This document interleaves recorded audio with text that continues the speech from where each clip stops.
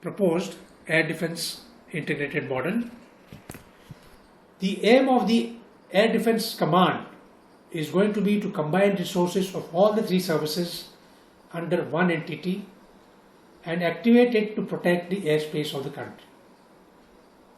So, the requirement of integration of the resources and its activation during the peacetime as well as hostile conditions will be granted to the Integrated Air Defense Command.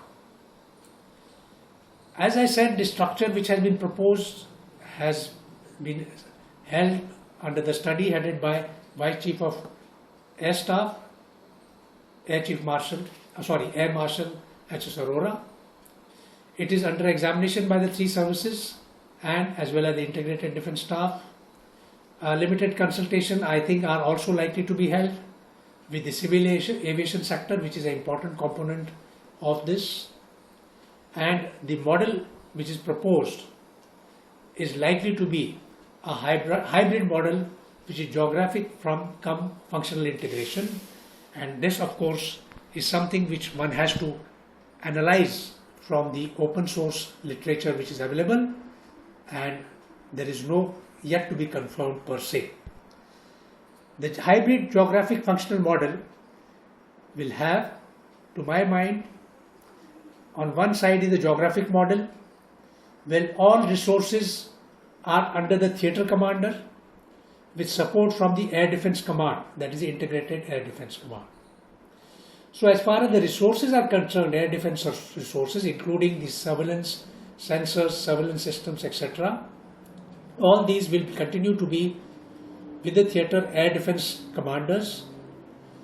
Air Defense Command will be involved in the assistance in providing the integration of the communications, additional support, maintenance, training of all the assets, coordination of all these between the Army, Air Force and the Navy, etc., etc. So the operational will continue with the Air Defense Command. The second model could be the functional model.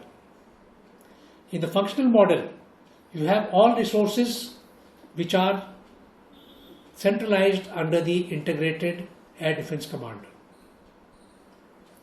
In this case, the coordination of all the air defense assets will be carried out across theatres by the Integrated Air Defense Commander, who will of course be an Indian Air Force 3-star general in the appointment of C&C, and that is going to be the task provided to him: operational, training, maintenance, support, complete integration of the functional model which is there.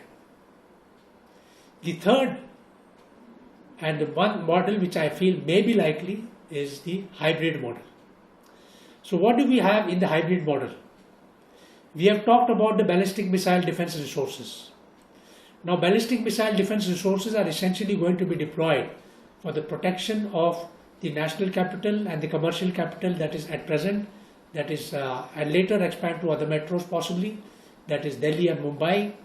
Now the ballistic missile defense resources, control of these is going to be critical, coordination of these, and this function could be the operational responsibility of the Integrated Theatre Command. In addition, it would like to provide support such as support for training, maintenance and communication integration, and overcoming all the glitches in the coordination will be provided by the Integrated Air Defense Command, whereas the theatre commanders will have control of the air defense resources in their own theatres so that they can effectively use this with the operational requirements that come in from time to time. The hybrid model, I feel, is more viable because this does not involve separation of the operational resources which have been allotted to various commands. As we know, the Air Force is a very flexible arm or flexible service which resources can be used for multiple purposes, and the hybrid model you have the resources can be effectively used by the Air Force commander in the theater as well as the integrated air defense commander, and this is what possibly we'll be looking at.